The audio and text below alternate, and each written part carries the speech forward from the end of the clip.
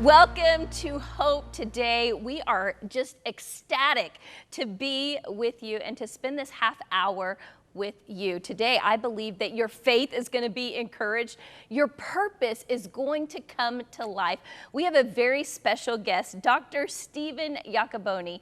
He's here with his new book called TELOS, the scientific basis for a life of purpose. And he is going to break down the science of faith and the science of purpose. And he is going to back up your faith with scientific facts. Whoa, get a notebook, get a pen, and get ready to learn and to really grow in God today. And I'm also excited to be here with Tom Hollis, who's going to tell us about the coats and Ukraine.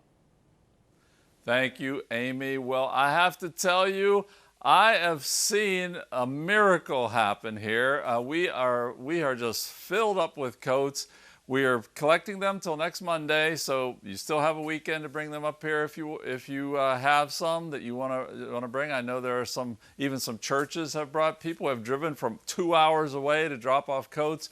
We have an incredible amount here, and I want to bring in Philip Cameron, the president of Orphans' Hands, which is the ministry that we are partnering with. And Philip, what do you think when you see all this? Oh my goodness, Tom! It looks like you're being swallowed up by an avalanche of coats. It's fabulous. This is way more than I thought. Okay, I think we are. I'm not able to hear you, Philip. So I can hear you. There, I can hear you now. Go ahead. Let me. What I'm saying, it looks like you're being swallowed up by an avalanche of coats. And what is exciting, Tom, is that is the tangible evidence of the love of God in people's hearts towards those in need. And God always honors your love and your commitment to those in need. And I have been so blessed by so many people that have come and thanked us for doing this. One thing I've been telling people, Philip, is these are going to Ukraine and they're being hand-delivered by people that you know, people that are part of your ministry. We have teams of people waiting for these containers. We anticipate at least 2, possibly 3 containers filled with coats. And we'll be taking these into Irpin and Kyiv and Bucha and Odessa, where the need is most acute. And every coat you see will be handed out by our team to those in need. So this is not going to be shoved away somewhere, or I don't know what else people do with coats. These coats will be put in a container. In fact, this morning I was talking to my wife, Chrissy, and we have enough right now to fill a container already. So we're trying to find a way to get an early container rather than one in the middle of October that we're going to be sending, because I think by the time mid-October comes, we'll have a second container ready to go. So this is just amazing. And for years and decades, the folks in Pittsburgh and CTV have been part of our ministry. And this is just another indicator just of the love and compassion that you guys have, and also the entire community there that just loves the lost wherever they are. And again, we're thrilled to be partnering with you and thrilled to be part of your ministry. So what makes people respond like this, Philip? Why have people responded?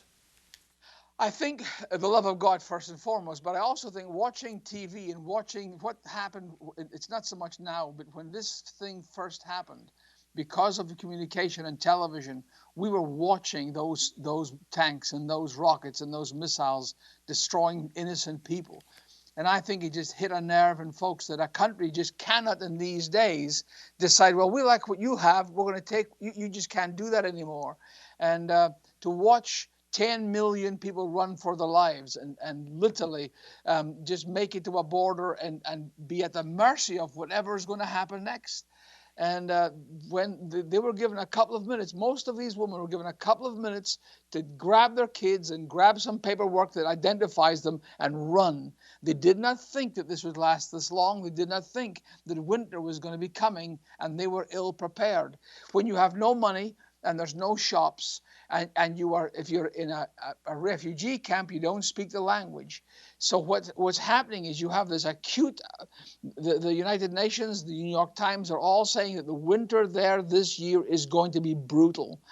And you imagine the panic in a mother's heart today with a couple of kids and no idea what's going to happen. Little does she know that folk in Pittsburgh, Pennsylvania, and the viewers of CTV have reached out to their world from our world with the love of Jesus. And we are just so great. I cannot tell you, Tom, how grateful we are for your involvement in what we are doing in Eastern Europe right now. You know, when I hear you speak and I see those pictures and I see this little jacket, to know that this is going to be on someone, keeping someone warm, keeping a little one warm. You got one? I got one too. And those are going to touch someone's life. Well, thank you so much, Philip. Again, we're partnering with Orphans Hands. Again, thank you, Philip, for letting us partner with you. Guys. Thank you, Tom. Give my love to all those folks there for me, will you? I certainly will. Thank you. Well, again, you've got till Monday, the 26th, to bring coats up here to Cornerstone if you want to be a part of this. Right now, let's go back over to Amy. All right, 5 more days to get your coats here at the TV station so we can send them to Ukraine. How exciting and how wonderful. And thank you for your generosity. When we come back in 60 seconds, we're going to discuss the link between science and faith and why each of us was created for a purpose. Stay with us.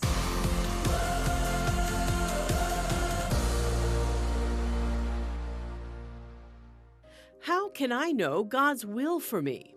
It's a question that haunts us all at times when we're looking for the right job, thinking about moving to a new city, or deciding whether or not to get married. We long for God's direction and His warm reassurance that we're heading the right way.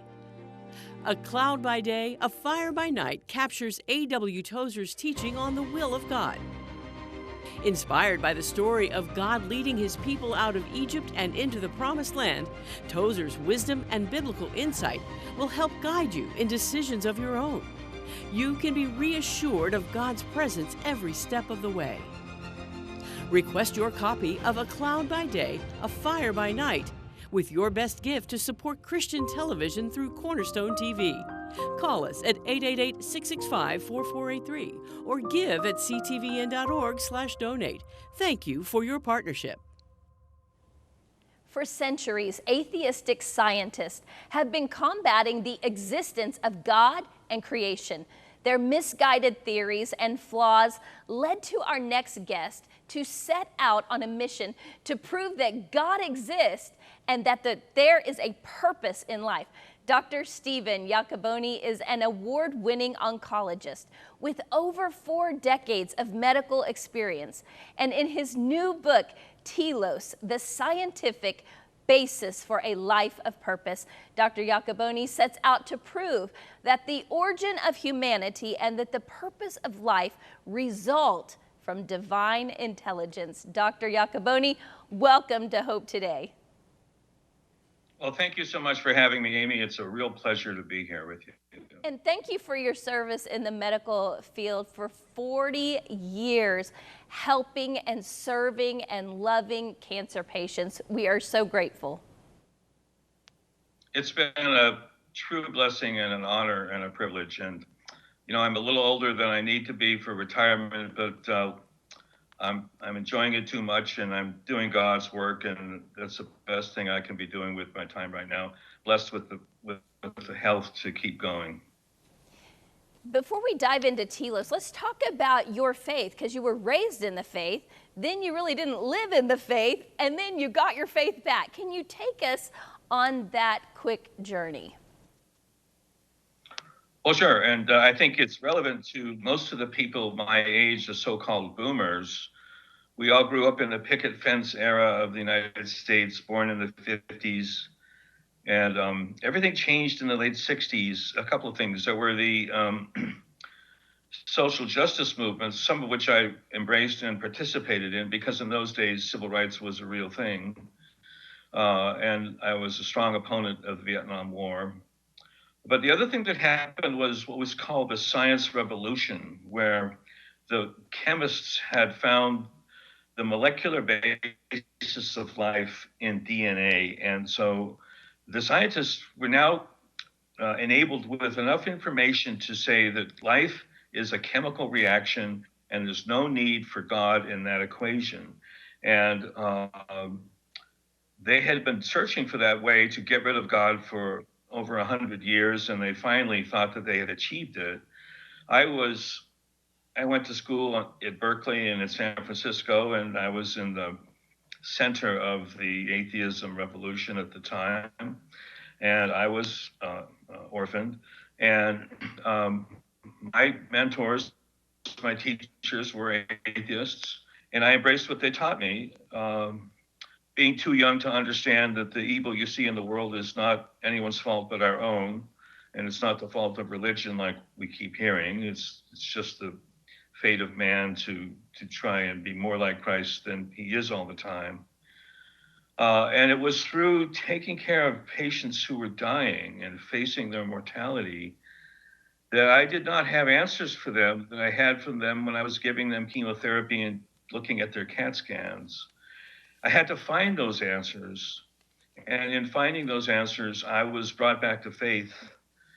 And to be fully honest about it, I was brought back to faith by patients who told me that they could tell that the Lord had ordained me. I know that sounds magnanimous. I don't know any other way to put it, but I came to realize that my mission was to guide people not just through their illness, but through the transition towards the afterlife.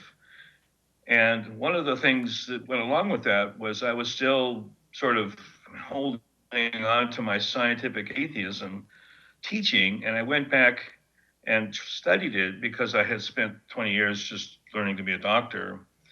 And I realized that what the scientists had said in 1970 turned out not to be true.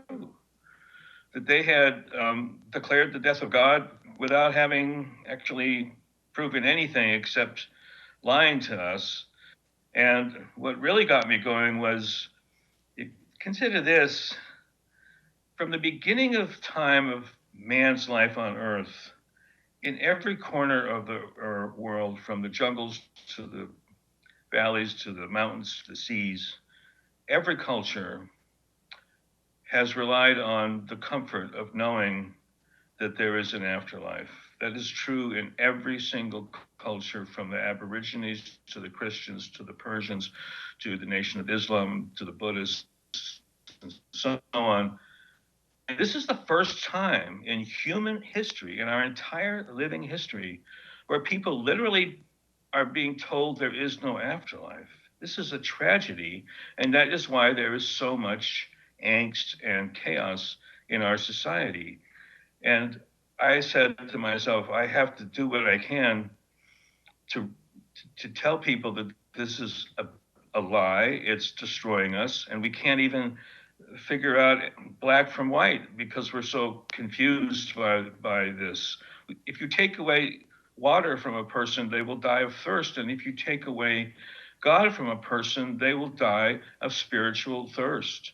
And that's what's happening. And right now in our culture, there is such a fight for God versus science. And I love that your book is addressing this. And as I was reading through it, it's the most big words I've read in a long time. But you made it really soft and applicable for a girl like me. And you mentioned, you start off this book right away in Telos talking about the white-tailed dove, the Nile crocodile, the salmon, the tiger sharks, the hummingbirds, the penguins, and the butterfly monarchs. What in the world does that have to do with Telos? Well, you've identified it very nicely. I'm affiliated with the Discovery Institute in Seattle, and I support their work. I'm not a member, but I'm a supporter. And I've read their works over the years, and they have made the case, as far as I'm concerned, for intelligent design coming from God. But I wanted to write a book that was written for people that was a little bit more accessible. And so I talk about chipmunks and salmon and butterflies because We just don't usually sit down and read a science book once we've gotten out of college or high school. And yet, if you want to confront the problem, you have to understand a little bit of science anyway. And it's actually not that hard, and it's a lot of fun because remember, it's God's creation. So you have politicians saying that it's a scientific fact that the earth is going to vaporize in 10 years from heat. And that's just the stupidest, most non-scientific thing ever uttered. And yet people are saying it and it's being repeated in the media. And so those of us who realize that's not true need to know scientifically how it is and isn't true in order to respond. So getting to back to the point, one of the points I make in the book is the scientists have said that they've explained everything. They understand everything. And yet this is sort of a unique in our history because 2 years ago or 3 years ago, before the pandemic, everyone would have said, yeah, the scientists have got it under control. They build these great cell phones and we have medicines and electric cars. They're really smart people. Now we know after what happened during the pandemic that the so-called experts in the world of that part of science didn't know what they were doing and wouldn't admit that they knew what they were doing, and that the lockdown did 10 times more harm than other ways of managing it. This is the first time in history that healthy people have been quarantined. The quarantine is for the sick, not for every single human being. And that's why we have inflation, actually, is because people got paid not to produce, and so you have money without goods, and so on. That's another story. But the point is that the scientists got on TV and told us not to do this and to do that, and they were wrong.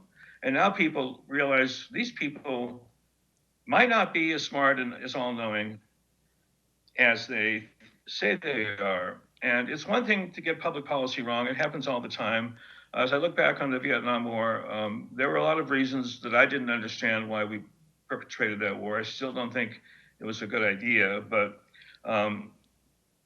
politicians and other people get things wrong. But when they say for a fact in the literature that there is no God and there is no ultimate purpose in your life, we can't let that stand, because that is a lie or a misappropriation that is destructive to our society. We will survive the pandemic, and I don't want to sound too critical. The lockdown and all that was what the whole world did. That was what they thought they had to do. People get it wrong sometimes. Stopping communism in Southeast Asia in some ways was a noble idea. It obviously didn't work. We could look back and say, how did we make those mistakes? But we can't send God away and get away with it. We will never recover from that. So I decided to address the issue of God, not from the standpoint of Scripture, because I'm not a theologian, but I'm a scientist, and to point out that science actually points directly to God, whereas most of the university professors say exactly the opposite, and they're still saying it, and they're still writing books about it, and they're still indoctrinating our children with what is nothing more than a lie, and they know it, but it perpetrates their position on the altar of authority, and it has to stop.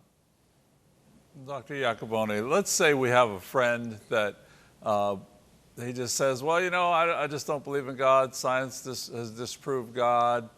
We evolved. There's no, hardly anybody says there's no real purpose in life, because you can't live that way, but they just say there's no God. Where would you start with someone? Obviously we need to show them love, but where would you start with someone who said that, a friend? That is the purpose of the book, is to give the reader the ability to address that question, because it comes up all the time, and as far as a lot of people are concerned, it's a settled question. Science has disproven God, and so it's very easy to point out to them that isn't true, I mean, you could do the same thing with global warming, I suppose. I think actually there is some global warming. We just don't know how far it's going to go, and we're in the midst of solving that. But here's what I say to them. I say, do you know that when a salmon, we're up in the Pacific Northwest, you know, the salmon are born in the rivers and they're 2 inches long, and they swim down the Columbia River on their way to the mouth of the river to get out into the Pacific Ocean. And when they do that, they're 3 inches long, and their brain is the size of a lentil, let's say, to be generous. And they leave Astoria and they head out to sea, and they travel about 8,000 miles across the Pacific over to Japan and back again. And then they come back and they come to the mouth of the Columbia River, and they find the tributary of their birth, and then the tributary of the tributary of the tributary where they spawn.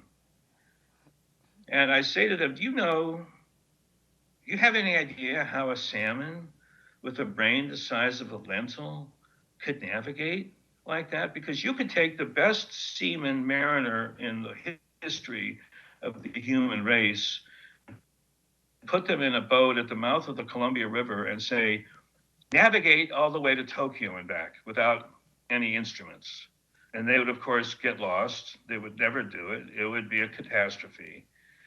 And I said, do you know that scientists have no idea how that happens? And they would think, well, I thought they did. And of course, they don't. They don't know. They don't understand almost anything that goes on in the world around us. That's why I used those kinds of examples. I say to people, have you ever cracked an egg and cooked an egg in a pan?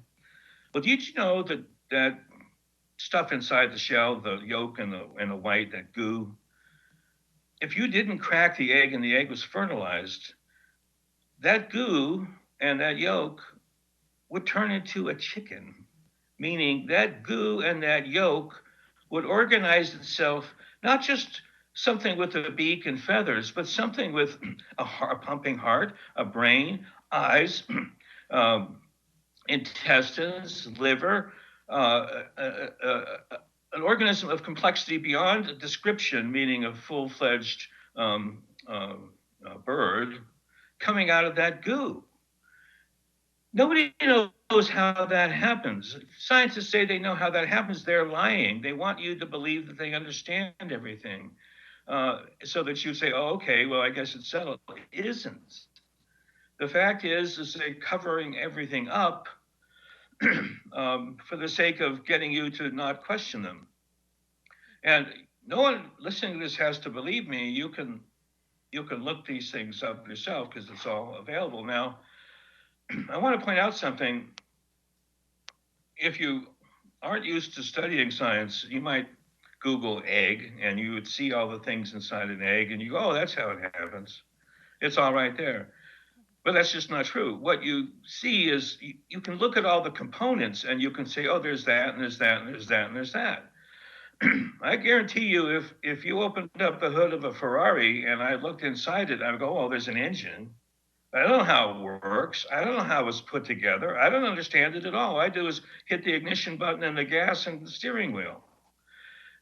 So saying that you describe what you observe is not saying that you understand how it came to be in existence and how it self-organizes into a chicken, and how the chicken or the crocodile knows exactly when to poke out of the egg. And did you know that eggs, when a human egg is formed, the fertilized egg exchanges oxygen and nutrients with the placenta for all mammals. What does an egg do? Well, you can't sit inside an egg and turn into a chicken or a crocodile without oxygen and water. Did you know that oxygen and water can go through the pores of an egg? Excuse me. But that bacteria can't? So you have these pores that are the size of a molecule, too small for bacteria to go in and infect and corrupt egg, but nutrients are going through the egg all the time. The egg is breathing throughout its entire incubation. And if that isn't pretty miraculous, then I'd say you're hard to impress. But the point is that it's not you can say, oh, how in goodness name did that egg get to be so perfectly designed? I'm going to have to. Wow. Thank you, Dr. Iacoboni. So what you're saying is if there's hope for the goo in the egg and there's hope for the pea-sized brain in the salmon, there is hope for me and hope for you. Thank you so much for this book, TELOS. Dig in, learn the scientific basis for a life of purpose. Wow. Wow. Tom. I love, I mean, some of that, like how, moisture and air can get inside the egg, but bacteria cannot. I mean, think of the mind of God. You know, we have a scripture for you, Hebrews 3:4 from the New Living Translation, that really applies to this. For every house has a builder, but the one who built everything is God. I love that. I love that, Amy, because there is clearly a creator. And science backs up the Bible. I mean, we have a program here called Origins that really dives in. Who Dr. Iacoboni needs to be on Origins, really dissecting the science. You take one little thing in nature, in the animals, the mammals, with people, and you wonder if you dissect that to the nth degree, there is a builder. And that builder and that maker is God, and he is the creator of the universe, and he created you with a divine purpose. And I pray today, like never before, that something is shaking on the inside of you. There's purpose in me. There's a great purpose to my existence. If you feel like unworthy, unloved, uncared for, unseen, the opposite of true. God sees every minute detail and molecule of your life, and there is purpose in every fiber of your being. That is 100% true, and you are not an accident of the universe. You are created by God. He has purpose for you. He has love for you. And you know what? Maybe the world has dragged you down, and the things people have said about you or the things that you've done yourself have put you down at the bottom. God is ready to lift you up. Don't let this day pass without crying out to God and saying, God, I believe I have purpose, but I don't see it right now. Help me to see it. And you know what? He will help you. He will reach down and he will bring you hope. Have a great day. On tomorrow's Hope Today, calling on Christians to repent of their silence in the face of evil. Author Eric Metaxas issues an urgent call to the church to overcome fear and enter the fray, armed with the spiritual weapons of prayer, self-sacrifice, and love. That's tomorrow on Hope Today.